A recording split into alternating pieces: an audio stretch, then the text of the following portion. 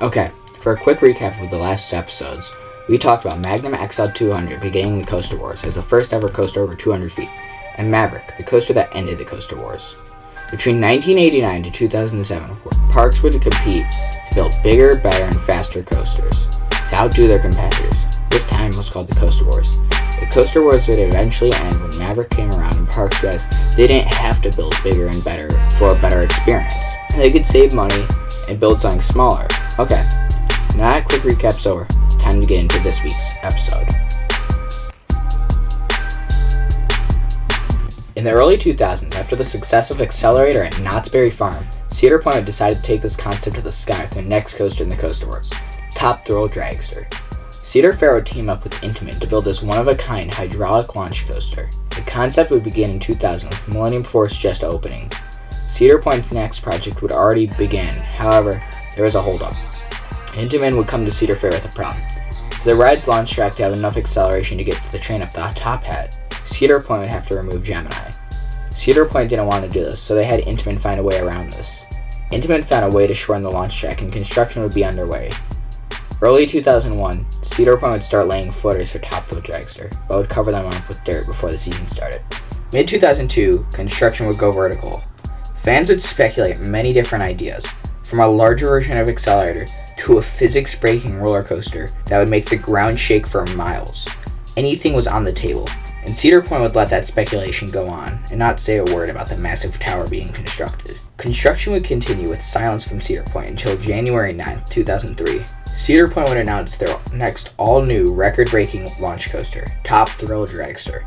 Their all-new ride would smash the height and speed record at 420 feet and would accelerate from 0 to 120 miles per hour in just 4 seconds, and would hold on to these records until 2005, where Cedar Fair would be beaten by Six Flags with Kingda Ka. Fans were hyped. It looked like it may just be one of Cedar Point's coolest coasters yet, and the ride would open May 4th, 2003, and it would be a hit. Fans would wait for hours just to experience the 17-second shot of adrenaline, and it would be an icon of Cedar Point's skyline for years to come. However, this did not come without its own problems, and it didn't take long. Top Thrill Dragster would originally open with mock tires and spoiler on the back car of the trains to mimic that of a Top Thrill Dragster.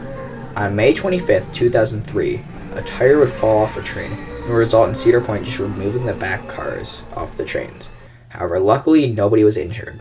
July 14th, 2004, the cable would snap, resulting in riders towards the front cars being hit by shrapnel, leaving riders with abrasions and cuts to the face. August 17th, 2016, the cable would detach from the ride, and 2 riders would be later treated for their injuries. September 2017, photos would surface showing damage had occurred to the braking system and the ride would close for the rest of the 2017 season. Incident after incident, Cedar Point would continue to repair and reopen this ride without issue. However, this would change.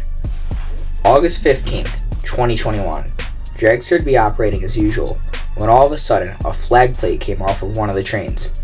A flag plate is an L-shaped metal bracket used to interact with sensors along the track. This bracket came loose from a train and injured a bystander waiting in line. The guest would be rushed to the hospital, and there is no update as of now about her condition. Cedar Point would quickly close the ride and Top Thrill Dragster would not reopen in its current form ever again. This was Cedar Fair's last straw.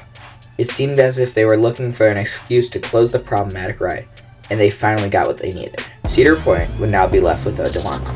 Because Top Thrill Dragster was such an iconic ride, they would have to make the decision of what they should do with it. Tear it down, or should they redo it? However, this sounds like a video for another day.